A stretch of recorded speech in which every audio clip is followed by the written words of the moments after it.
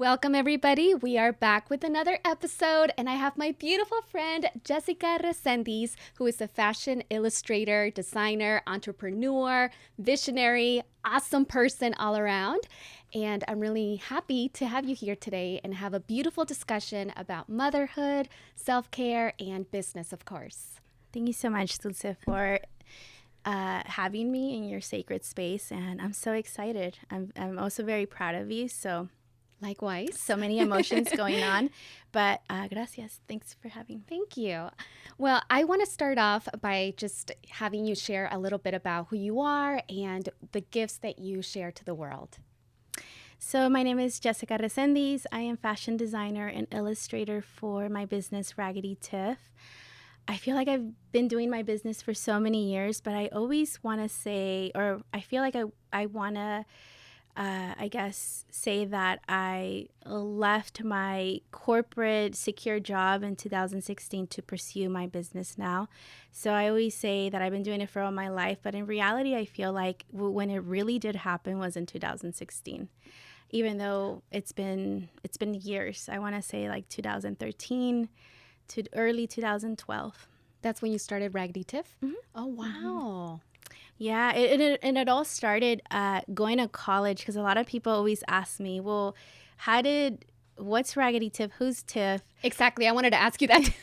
Why Raggedy Tiff? What does it mean? Exactly. I get those questions all the time. And I had a mentor in college who told me, when you're gonna start a business, you're gonna come up with so many names, and you have to love your name. And for me, it was just more like really spontaneous. I had a project in my senior year in college, and like I had to come up with this brand name because this project was gonna develop into like your boutique name. And so for some reason, I started digging all these brands, and I started looking at like Paige. Well, then who's Paige? Who owns Paige? Paige was a jean company. Rag and Bone is it really about like a rag and a bone? No, it's like it was really different. So for me, it was just like, well, I have to do this project. I don't know if I'm going to keep the name. I kind of wanted to be funky and different and just kind of have people question.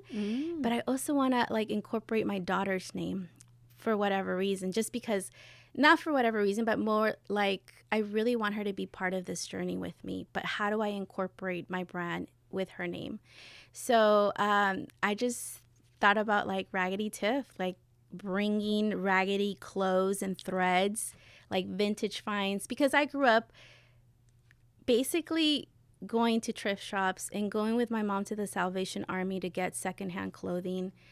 We didn't grow up with much, so that was all I knew growing up. It was hand-me-downs, it was Goodwill, Salvation Army, garage sales, state sales.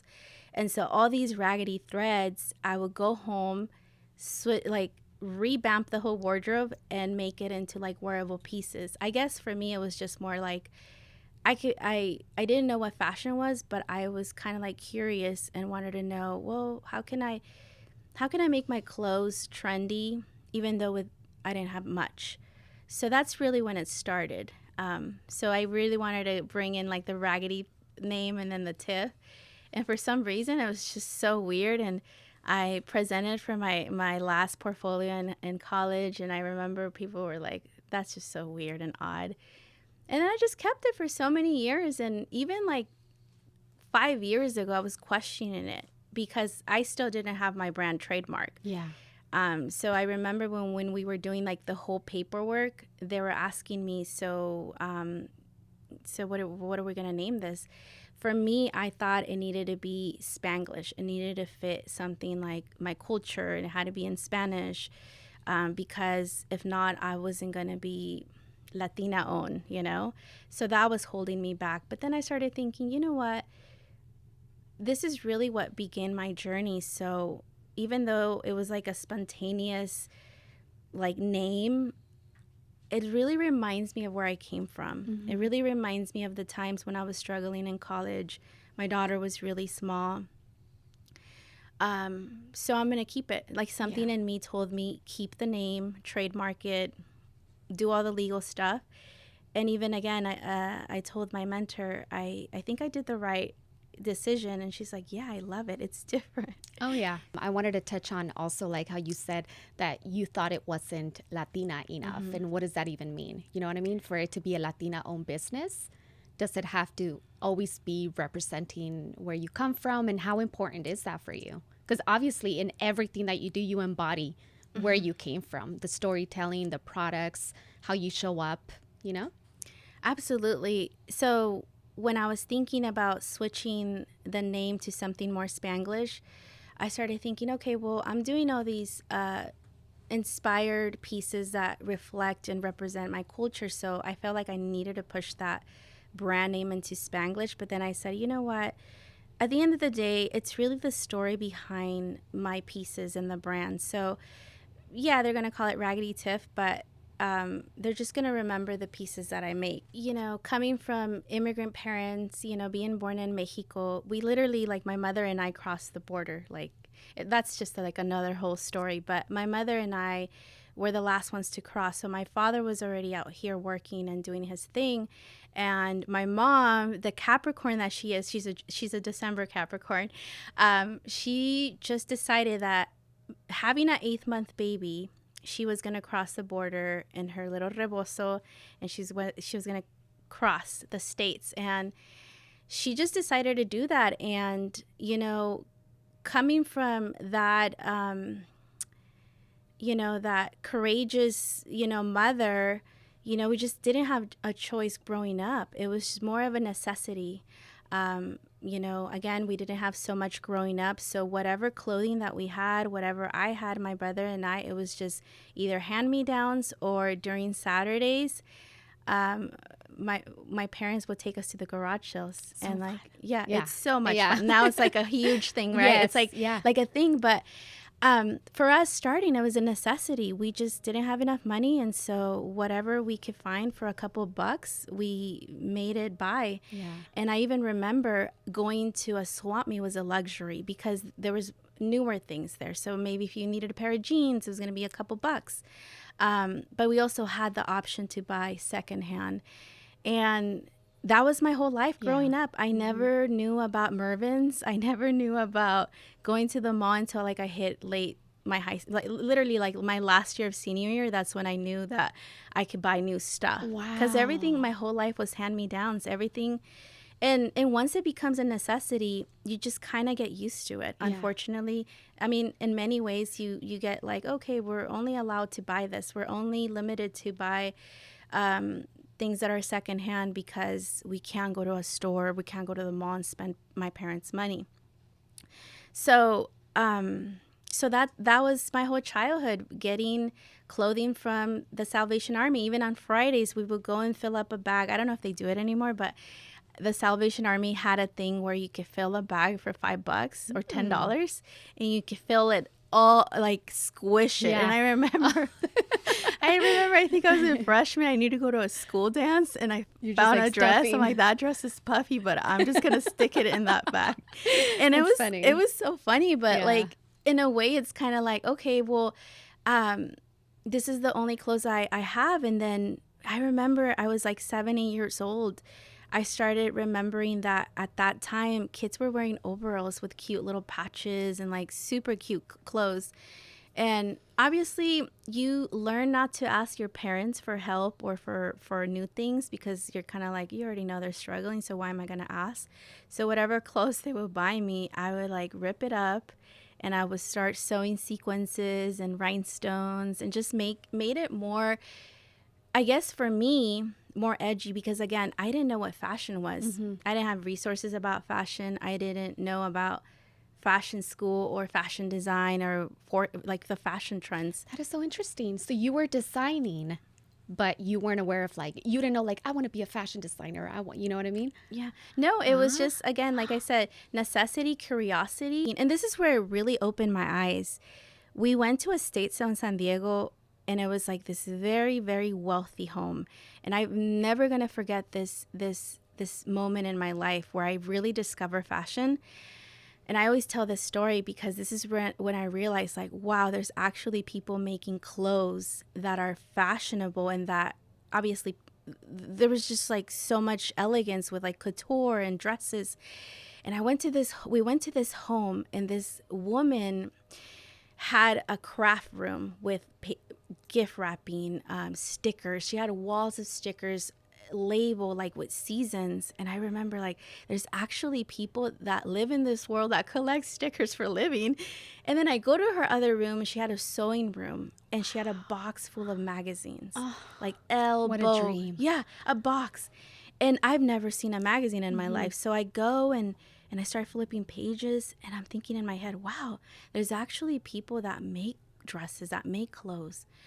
But I never really saw people that looked like me. It was more, for me, it was a different world. So then I started thinking, like, who are these people? Like, what are they wearing? Like, where can I get a hold of these people? And again, my curiosity, I've never been afraid of asking questions, and that's something that I'm very proud of.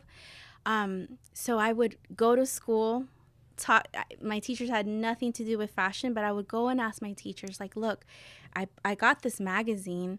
What are these people? Like, what are they called? And I remember going to the librarian, like anywhere I could go and ask questions, because I wanted to know what it was. I was so intrigued that I wanted to know who these people were.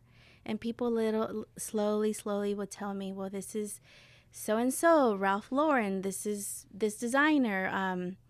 And that's when I started thinking, like, wow, like there's actually people that make really cool clothes out there in the world. I can't believe I've never seen this in my life. That is crazy. And what I was thinking about when you were telling that story also is how ever since you were little, you've had this love for creativity and creating your own pieces and just, and you know, always asking questions and finding out about things. And I feel like God, for some reason, always puts the right things in front of us in our path, like the challenges. Do you think maybe if you, I mean, obviously we can't know the future or dependent on if we made different choices, but I just think it's really cool to see how ever since you were little, whatever God placed in your life has led you to here. You know what I mean? I really do think so. Yeah, whatever, like if God or the universe placed these things in my life so that I could be more curious and ask people, because obviously I couldn't go to my parents and ask them like what's fashion, or they were always busy for work. So for me it was just like being alone in my room, flipping these pages and making collages in my wall, like thinking this is what I want to do. Obviously I didn't want to do exactly what they did, but I wanted to get to that point. And I feel like I didn't know at the time what manifestation was, but I feel like I manifested that. Putting your curiosities, your visions, your ideas, cutting all these magazines that I found at the estate sale and just filling up my wall with like collages of what I want to do, people that I want to meet, people that I hope to one day work with, stuff like that, without even knowing. It was just like, oh, let me cut this. Maybe one day I'm going to meet her. Again, I didn't know what that was. It was just more of like, I was being placed these things so that I could, you know, be more curious, but also like fall in love with it. Because again, I didn't wake up, or I wasn't born wanting to be a designer. It was more of like, oh shoot, you know, this is what I have and this is what I want to work with. Have you ever wanted to do anything else besides being a fashion designer? I'm at the point in my life, I guess my late 30s in my life, where you go through these like moments in your life where like, oh, I would be a good teacher. I would be a good, for some reason, I don't know why I want to be a high school teacher all of a sudden. And then my partner would tell me like, well, I mean, you're going to have to deal with, like these kids and their hormones. And they don't even get paid good. I'm like, no, but it's just, it's about teaching and being connected with these children, because I wish when I was in at least in elementary and middle school, because in high school that's when I learned that it was actually a career. But when I was going in elementary or in middle school, I wish I had teachers I could have conversations with about like trends and fashion and business. I mean, it's more now common with entrepreneurship and having to do business. I still feel like they're lacking on taxes, how to teach you how to do taxes. Oh, definitely. Yeah. But, some progress, I guess it's happening. But yeah, it's so weird. I love that idea. I think for all the young little boys and little girls who want to be designers, to see someone like you, especially hearing your story and where you come from, being an immigrant and achieving all the incredible things that you've done in your life. That is so inspiring, you know? Thank you. And Thank I you. think having an example like you in classrooms, whether it be mentoring or, you know, a professor in the future, even you if never I don't know. make money, I'm like, I just want to Yeah, be there. I want to connect with. For me, yeah. I love connection. I love connecting with others, especially giving them resources. And for me, maybe inspire some kids, because not a lot of kids have that inspiration at home. Yeah. You know. Yeah, exactly. So, are you living your dream, the dreams that you had as a little girl now? Would you say that you are? Am I living my dream? Yeah. You know, it's funny because I started thinking about things that I've been doing recently that I feel a lot of guilt by, and I'll give you an example for that. I'm doing a lot of the things now in my late 30s that a lot of the people perhaps in my family would do when they retired. And so what that means is like I'm doing things like my business. Yeah. Till this day, my parents know that I have a business, but they don't understand that this is what's actually making me a living. Yeah. Like they'll question and tell me, "You really make money?" And sometimes I have to like show them numbers, and I'll show my dad. He's like, "Holy crap.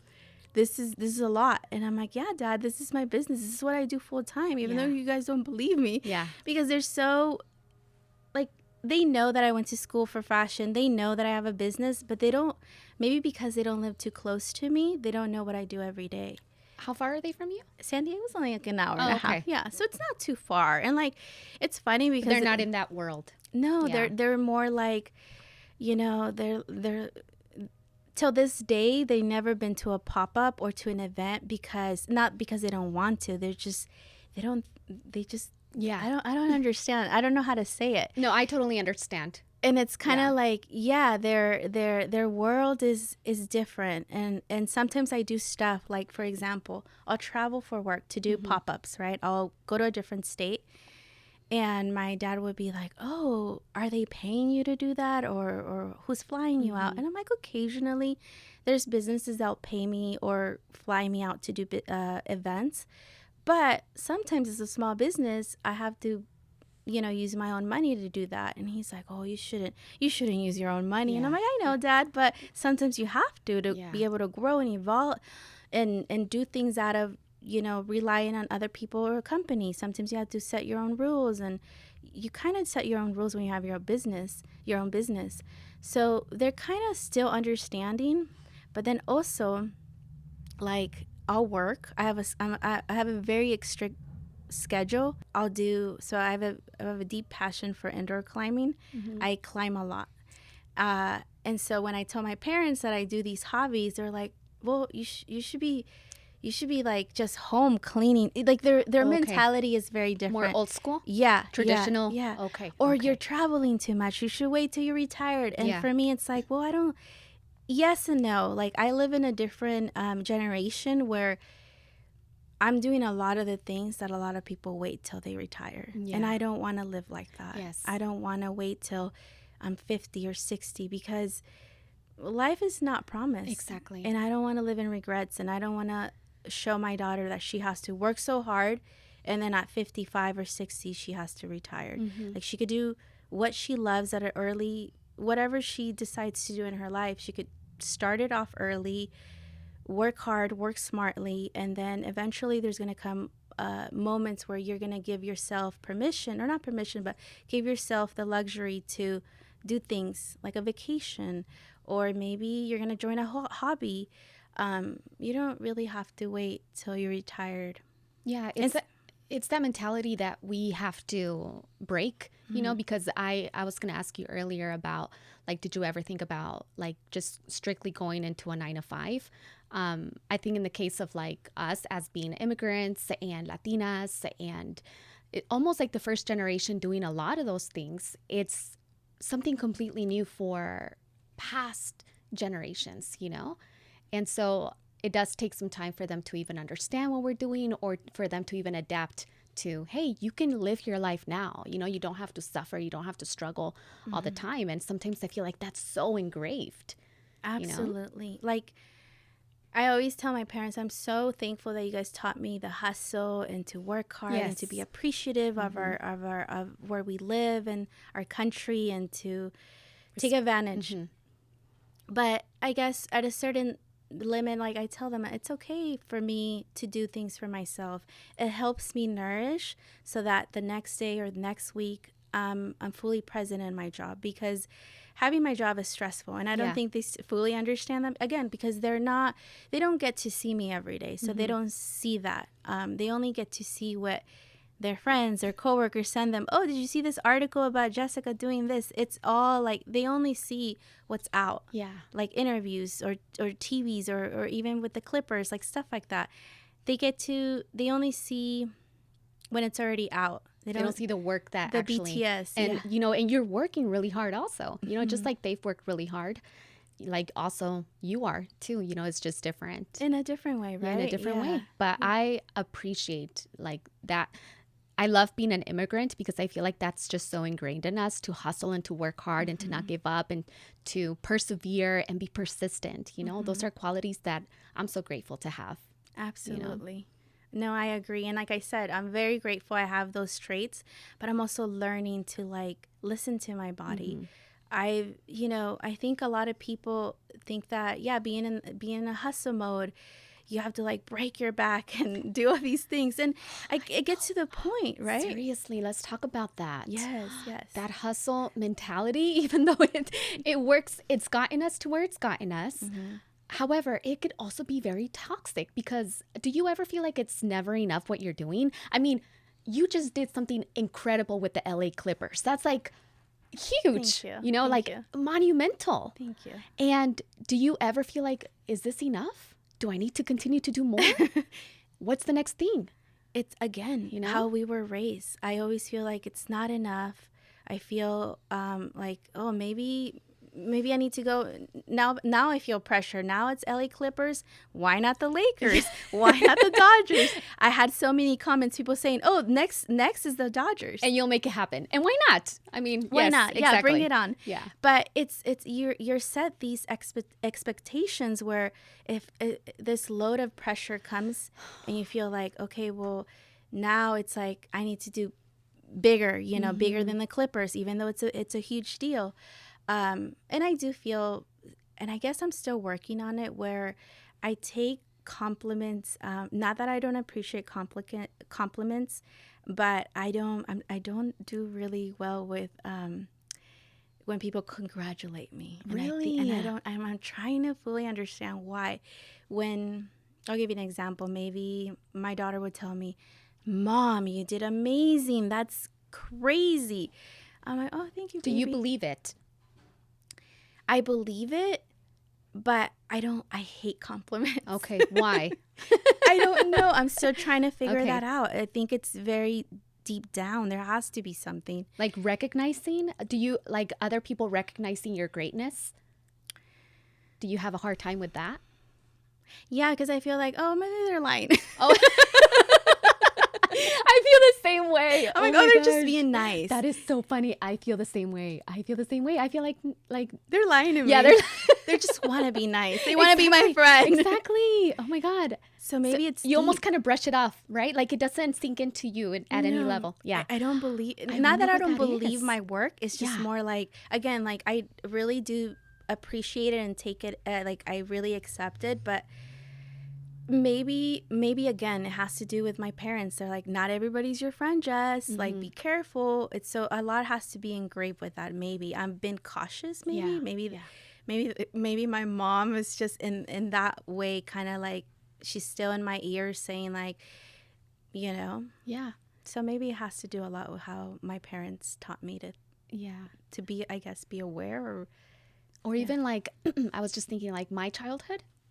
I never really got that kind of love before, up until like outer success came along. Before that, I was kind of like blending into the background, irrelevant, So for me, it's kind of like, I feel the same way, I don't really believe it. I appreciate it, but I don't really. It's hard to explain, right? Yeah, it's hard to explain. I can't explain it. Yeah. How and what steps are you taking to shift your mindset from what I did today was enough and I can relax. I can take some time off. My business is going to continue moving forward. I don't always need to be on and active and doing something for it. For a while, I didn't believe in breaks. I felt like breaks were a waste of time, and they were just gonna. I felt like if I took a break or even a nap, I will lose opportunities. Yeah. That's how I felt. And so now I went through a very dark moment in my life in late 2020, and that's when I realized that it was either I just needed to save myself. So that's when I realized that I wasn't even burned out. I was just drained, like in a way that it just no energy, physically, mentally. It was a lot. And I woke up in the middle of the night one night and I said, I'm literally dying inside. Even though I didn't, like, nothing was happening to me, but I woke up from that I woke up in the middle of the night and I said, I need to save myself. I can't depend on, people that love me if I'm okay. If I'm acting that I'm okay and I'm working and doing all these things, they're going to think I'm okay. I can't wait for people to ask me, are you okay? Do you need a glass of water? Maybe you should take some rest off. So it's more of like I need to save myself in a way, like I need to listen to my body. I wasn't listening to my body. I was rejecting a lot. So there was a moment in my life where I felt like I'm not listening to my body. I'm not taking breaks. I'm not doing things that I enjoy. And that's when I realized that I needed to change so many things in my life. It was a lot. And what got you to that place that, you woke up in the middle of the night and you felt like basically that was the tipping point for you, right?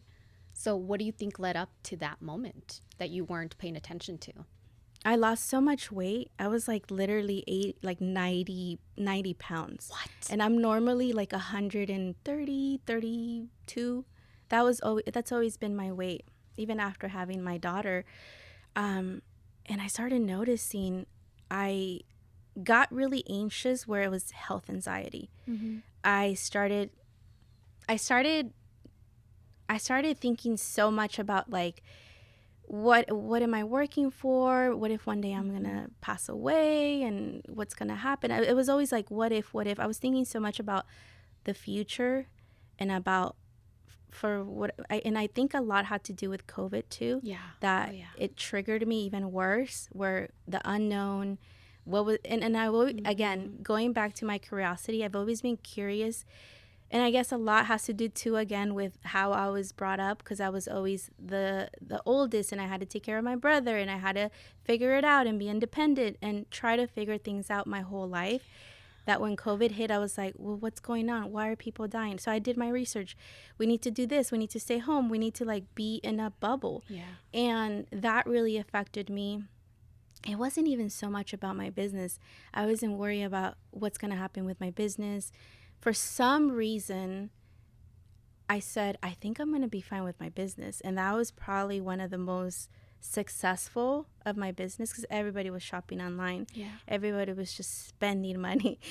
That was fine, but I wasn't okay mentally. I was like physically, I was losing weight because I was worried about the world and I couldn't do anything about it.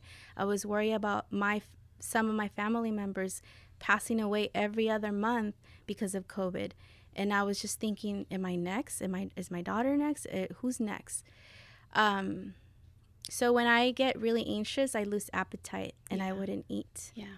And I lost so much weight, and a lot of my stress came from my muscles, tension, so much headaches and migraines. And I was just like, no, like something's wrong. Like I'm worrying. I'm putting so much worry in this world. Like that's not my job to save the world, because I've always been so used to taking care of my family and being independent and raising a daughter, basically raising each other together. Yeah.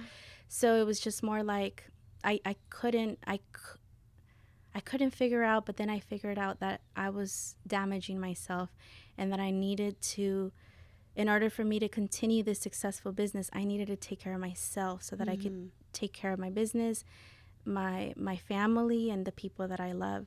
Or else, I don't know what would have happened in 2020. Yeah, I think a lot of us face that pressure of having to figure out life on our own as little kids. And so we're always kind of like in a fight or flight. You know, that's like our normal state of being. It's just protective and ready to survive, you know, in many different ways and take care of ourselves and figure everything out.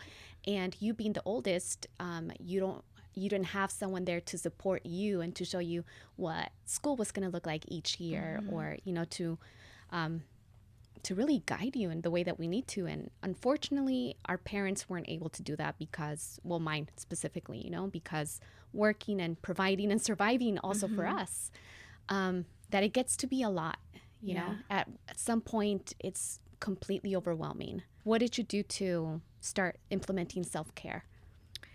So I started doing a lot of research because I'm a geek. Yeah. I go on the computer and just try to research all these symptoms that I was having, even emotions. Like, why am I feeling sad?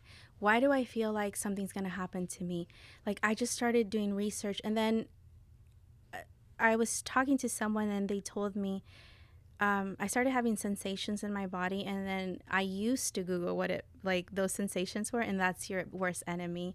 Self-diagnosing yourself and having to predict all these things. So I stopped doing that since 2020. I don't Google any symptoms. If I feel weird, I just call my doctor. That's all I could do. But I started doing research about my emotions, how I physically felt, and burnout too.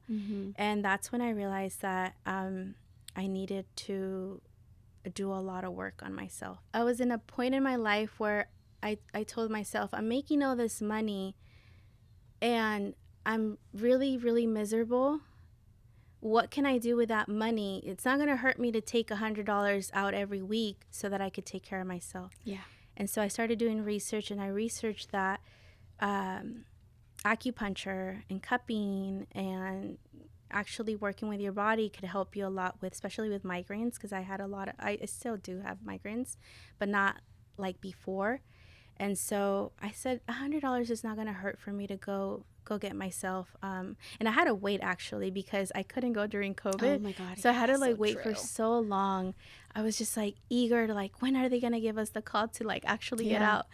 And once they give us the green light, I was like, I'm going to book myself an acupuncture. And it was probably the best decision I did for myself. Do you still go? I still go occasionally, but my migraines are getting better. Yeah. A lot has to do with your nervous system, especially because for me, at least for me, I stress a lot. I'm thinking 200 things about how I'm going to do my business, how am I going to take care of my daughter, my family, my dogs, so many things. I feel fully responsible, even though it's not my responsibility. Yeah. I did acupuncture for almost 6-7 months.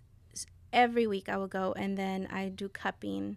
And I went to a really great doctor in Encino, Balance Within. Oh, okay. And he is probably one of the bestest doctors that I've ever been to. Acupuncturist? Okay. Dr. Alex. Okay. And I remember, yes, not paid. And I remember I was so desperate, and I started crying in front of him. I've never met him. I didn't know who he was. And I just told him, my nerves, my back hurts. And he's like, we're going to take care of you. And he gave me this Western medicine, like como un té. Yeah. And that helped a lot. He's like, it's going to help a lot with your nervous system. I told him, basically, I didn't have to tell him this, but for some reason, I felt so like a safe space. This is what I have. This is what I want to do. I researched that I have this, so I think this might help. And he was telling me, you're in good hands. I'm gonna give you this tea so that it can help with your anxiety, especially the anxiety was over the roof. And then it's gonna take time. You're not gonna see anything in the next sessions. But I remember it, sometimes when I would have the needles in my forehead, my ear, and then some of them in my chest, I would just start crying. Yeah. Of relief. I'm really doing this for myself. And releasing, right? Yes, you were releasing a lot. I was just, yeah. It was, and he would put music too that music that reminded me. Sometimes it was very soothing, but sometimes the music would be like, I can't think of the name, but like back when I was in middle school, music that made me, for some reason, I was like, oh, I used to listen to this when I was in 6th grade. And it reminded me a lot of like things growing up. And I started seeing a therapist too.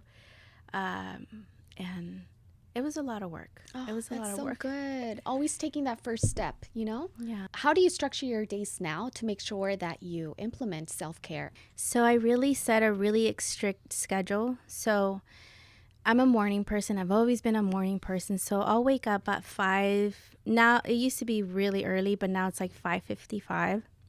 And I'll take from 5 to 8 just for myself. Love. And even my daughter, I'll squeeze a little bit of time just because she goes to school early. So I've had this, maybe it's like a love language thing for my daughter. But ever since she was little, obviously we're mothers, right? I've always made her breakfast because I know she's going to eat. And then, if you don't eat in school, that's on you. Ni modo. I fed you in the house. So I always do that in the mornings. Like I'll make her an oatmeal or a bagel or something nice for her to eat. But I always take time for myself. I journal a lot. I read a lot. I love reading books. What are you reading right now? So right now I'm reading, actually I have it in my car. It's by Rick Rubin. It's The Art of, I have a picture. Okay. But it's by Rick Rubin. Okay. No. Maybe if I know the name of the book. Yeah, he's very inspirational. I'll show you a picture. I do a lot of reading, and then when I don't want to hear my phone, even if it's on silent, I just put it on airplane mode. Oh, yeah. It's the best. And then I just, feed myself. I go on a lot of walks. So I do a lot of running now. I have a passion for running. I'm not good at it, but I love running. So I do that for myself. And then 8 comes. And that's when what do I need around the house? Like, I need to sweep. I need to check on the dog's water. Just stuff that I'll only do 1 hour in the morning for my home. The rest, it has to wait either later. Yeah. And the rest of the day is just work, either emails, events, or even packing orders. I still, pack my orders. And then by 5 p.m., 5:30ish, that's it. No more work. I leave that to cooking. I'm not a good cook, but that's been like my thing now, cooking at home, feeding myself or feeding my whole family food from scratch. I think it's the best. It's the best. It really is. It really is the best. And you eat healthier, you know what you're eating. And it's also, for me, it's a meditative practice. Cooking and putting meals together and everything it's way better than eating out. Sometimes we get into that bad habit of just eating out because we're so busy. But so we're also trying to eat at home more. I feel like the recipe that you have is anyone can implement depending on what they like, so moving your body is so important. That running and walking, oh my gosh. It is like magic for your mental health, It's unbelievable. Even like when I'm walking my dog and I'm like, okay, I could easily be on my phone, but I just put it away and I just started noticing things like, okay, let me see how the sky is. Yeah, exactly. And then I have another thing, and this is so weird. I always tell my family about it and they start laughing. So I track planes. What? For example, where I live, it's very like valleys. Okay. So you see planes going back all the time, north and south, right? So I've always been curious, like, where the hell is this? Where is this airplane going? And I have it's called Plane Tracker Radar. So whatever plane that you see going above or is coming, it tells you where it departed and where it's going. Oh. So a lot of where I live in the area, they're all going to like up in the Bay Area, Vegas, Salt Lake, Denver. So you could track right now if an airplane's going by your house, you can see where it departed from. If it's Delta, Spirit, Southwest, how many passengers are the names of the passengers, their social, what time they're gonna arrive, and and you could actually track them if it's leaving from Burbank to, let's say, to the Bay Area. You could track them from the Bay Area. It's like the most interesting thing. That is so funny because I've always, whenever I see an airplane, I'm all like, ¿De dónde viene? ¿De dónde viene? Where's it going? Who's in it? Who's in it and everything. Interesting. I'll give you the app. It's so Thank weird. you. It's so weird. So, before I go to bed, I try, that's something I'm still learning, not to be on my phone. But then I'm kind of like, okay, let me track planes right now, where they're going at. Yes. So Yeah. Oh, well, that's interesting. Find whatever works for you. whatever makes you happy. Exactly. Whatever makes you happy. Whatever has nothing to do. Once my schedule comes at 5:30 and I don't do anything related with my business, I just do like the weirdest things ever, like learning how to cook. Yeah, exactly. My daughter plays indoor drumline, so I go and be that mom, and I'm just there rooting for her. And I love that. I was just telling my husband just yesterday, because we were thinking of getting our little one into karate or jiu-jitsu or something like that, and I want to join karate too. Oh. And I told him, we all need to have like an extracurricular activity that is outside of school and business and our normal routines, because like life is so short to be stuck in this routine of always the same things. That's so unhealthy. Oh yeah, absolutely, 100%. So sign up for a class or whatever, whatever makes you, even if you're curious, like exactly. Yeah. And then you try it. If you don't like it, then okay, on to the next one, until you find the one that really truly brings you joy. Because when I started doing indoor climbing, I've never been afraid of heights, but I was like, oh, it's supposed to be like more athletic people that really actually want to climb rocks. And then eventually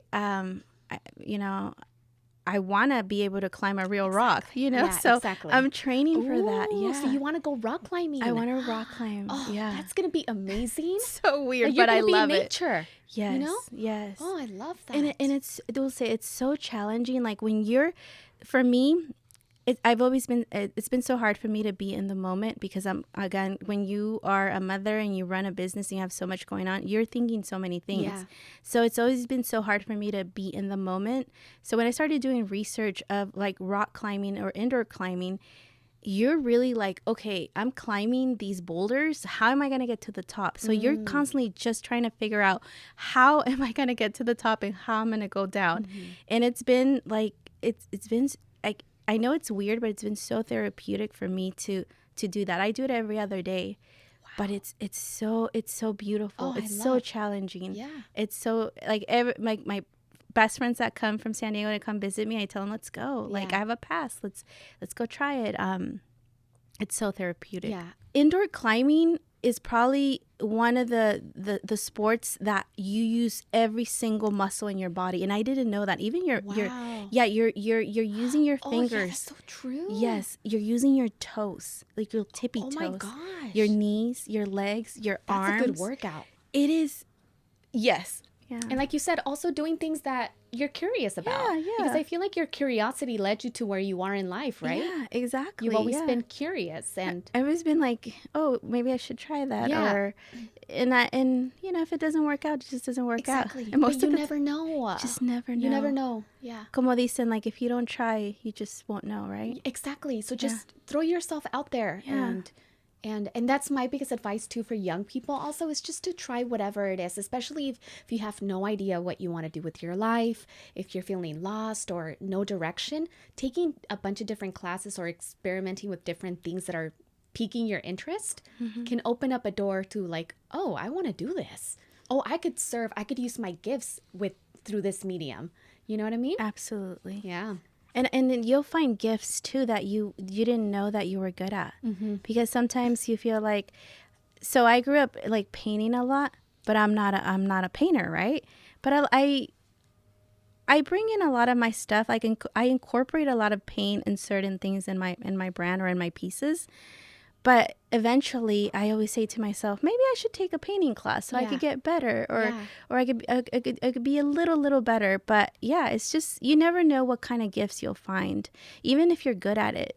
Let's talk a little bit about career, because I wanted to talk about like the first big break that you had in your business. You can talk about the LA Clippers. The experience working or being actually hired to do this project was,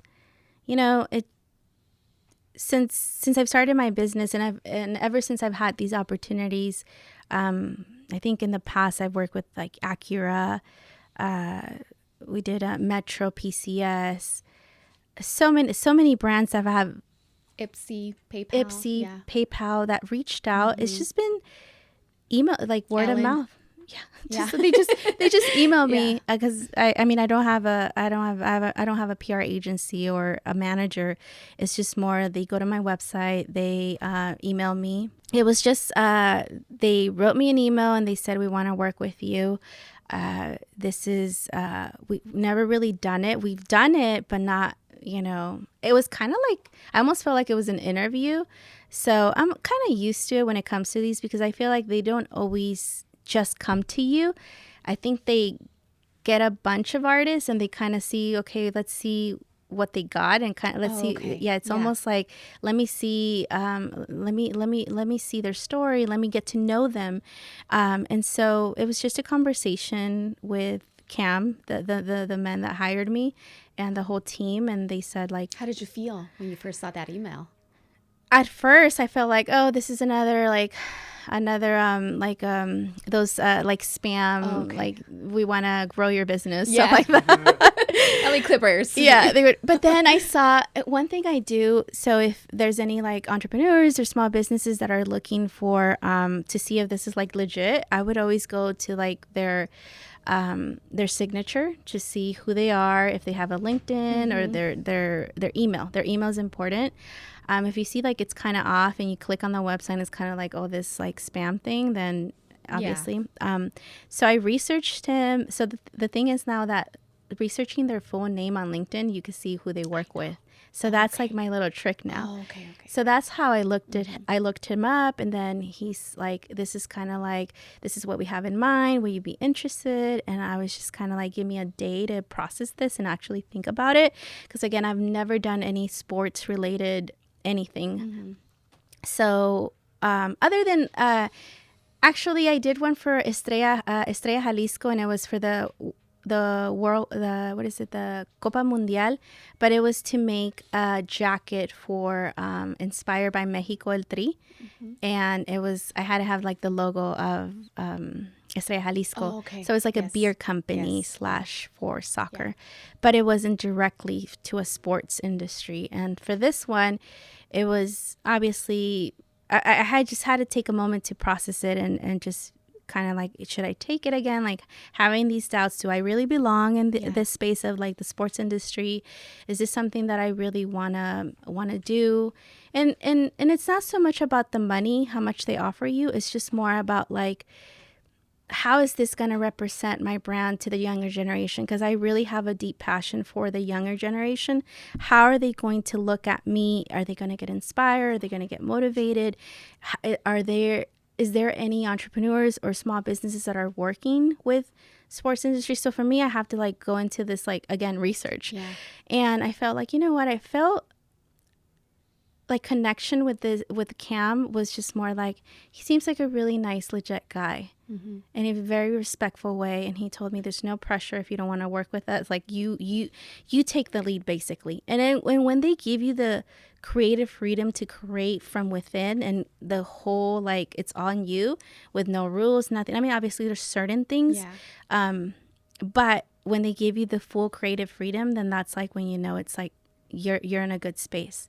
And I was just shocked for a while, and I was like, I gotta do this. I gotta do this for my daughter, for my nieces, for all the little kids that. And so many people coming up, and all of us in the community watching that moment for you is so inspiring. And seeing those people getting their shirts, because they got the shirts for free. Everybody getting their shirts, and they ran out. They were like, we're only going to give the first 5,000-6,000 people to come in free. That's a lot of shirts. That's a lot of shirts. And even getting comments, people are telling me like, I didn't know who you were, but now I know who you are. I was going to donate my shirt. I was like, donate my shirt. It's like, know, and so, and then they'll tell me like, now I'm going to keep it. And it was just a very special moment, mainly for like the people who look up to me. Oh, definitely. And talking about inspiration, where does your inspiration come from? My inspiration comes from, so again, being curious. So a lot has to do with like trying to still like embrace where I come from. That's always been so deeply passionate for me. Like I really want to cultivate that and preserve that as much as I can to represent really where I came from, what made me, with it, like with a little twist, like making my own style and edgy style. But it's always been about representing of where you come from and being proud of where you come from and having not to be ashamed regardless of how it looks. Because even sometimes I'll have conversations where people will ask me, oh, you know, I really love what you're about, but I wouldn't wear that because that's I feel like that's not my color, or maybe how am I going to look? Am I going to look silly? I've always been like very simple and laid back. And I'm like, well, you know, I can't force them, right? But I always tell them, well, let me explain to you what inspired me to do this piece. Like, why a colibri? Why a hummingbird? And I'll tell them the story behind the collection, and they're like, wow, like, thank you for telling me the story. Makes me want to wear it and buy it or represent it. Yeah. And people tell me like, that's not my color, or maybe that's too colorful for me, or maybe that's too bland, but I'll wear it because there's a story behind it. And that to me is like everything. Yeah. So in that aspect, what is the story on our latest collection? Yeah, it's Arriba. International Women's Day today. Yes, it is. Feliz Dia de las Mujeres. Yeah, today. International Women's Day. International Women's Day. And so when I put this on today and this morning, I was like, oh, Dia de las Mujeres today. You know, it's a very beautiful shirt. So tell us about this collection. You're also wearing it in a different color. Yes.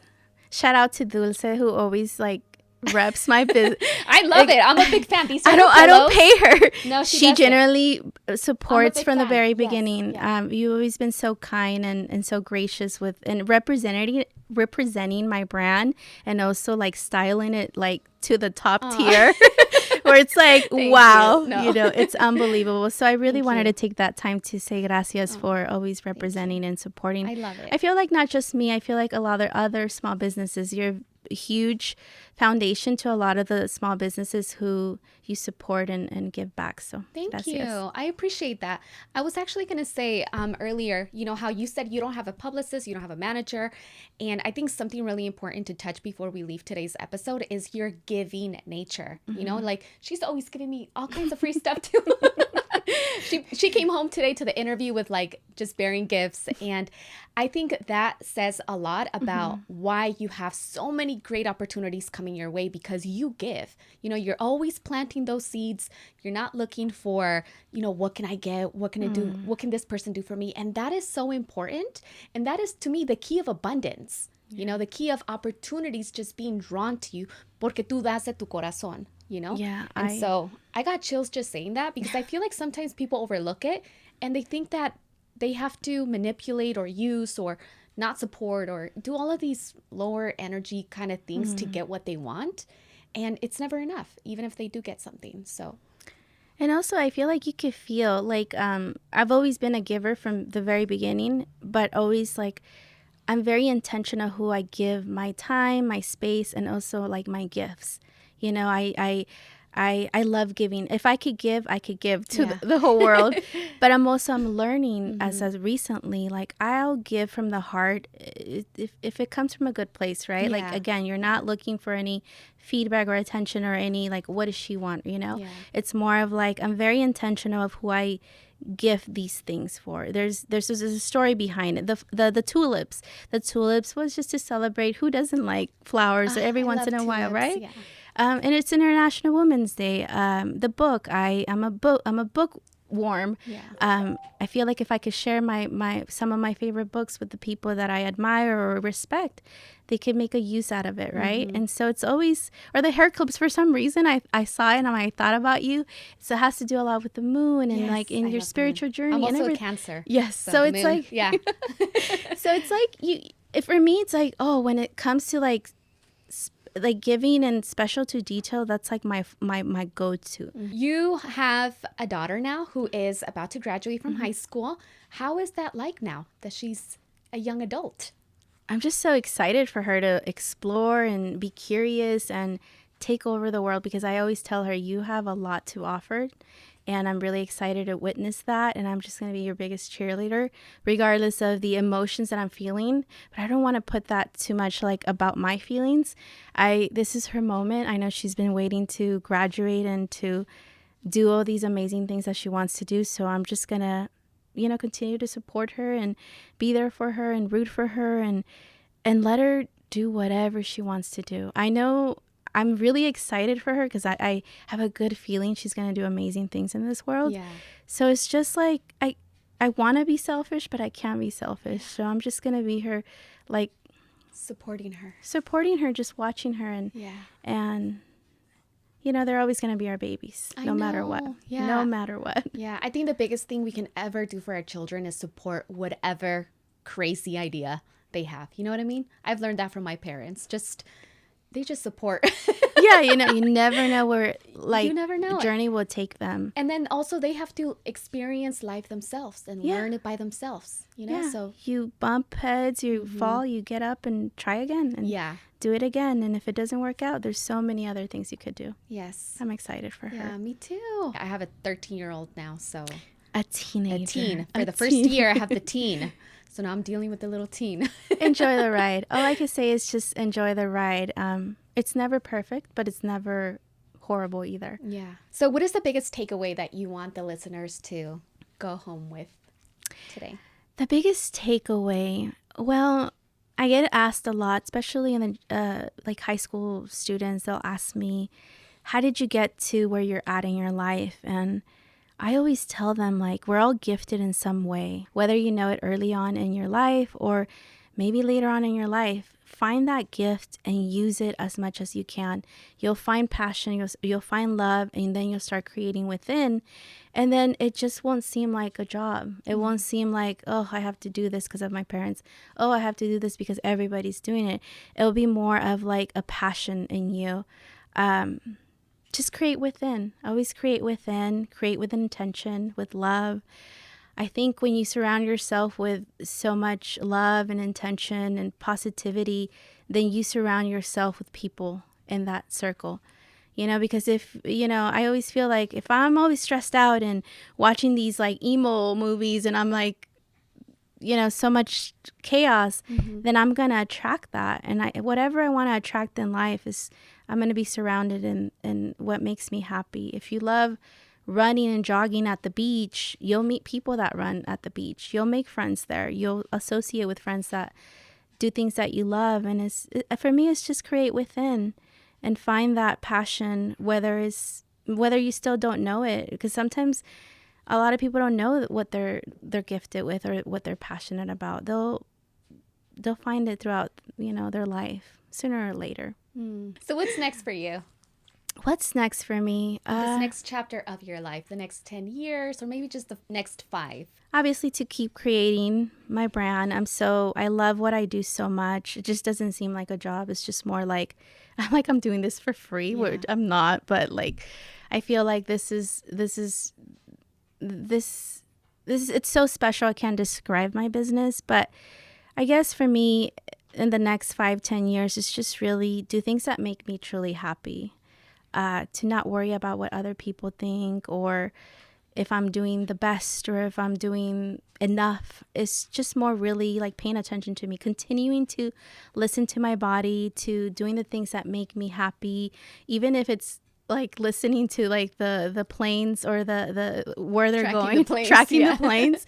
Things like that make me happy. Yeah. It's just finding happiness, like things that make you happy. And it's so easy. I guess it's so easy to say, like, find things that make you happy, and maybe you need money, and obviously money, it's a big factor, but that's like another thing. But, you know, sometimes reading a book makes you happy. Sometimes going to the library. Libraries are free. Yeah. Even when inspiration, I don't know where to get inspired. There's a lot of museums that are free. Yeah. You could go in for free. You're inspired by the beach. You could go to the wilderness. You could go hiking. There's inspiration everywhere, even in here. Yeah. You know? Yeah. So it's like finding inspiration elsewhere, you know? Just being curious. Never lose curiosity of life, because life is pretty dope. Oh, love. Thank you. Thank you. Where can people find you so you guys can purchase the new line, Arriba las Mujeres? Yes. And connect with you. If they want to work with you, send her a DM. You know, if you listen to her today. You can find me at my website, raggedytiff.com, and my socials, Raggedy Tiff on Instagram, TikTok. Trying to be more social on TikTok. And that's it. That's all my socials. Well, thank you so much. I just want to thank you so much for sharing all of your beautiful pieces of advice and wisdom and your life journey with my audience. I know it's going to, help someone listening out there, because it definitely helped me a lot today. Gracias. So thank you. Thank you. Thank you so much. I appreciate you. Means a lot. Gracias.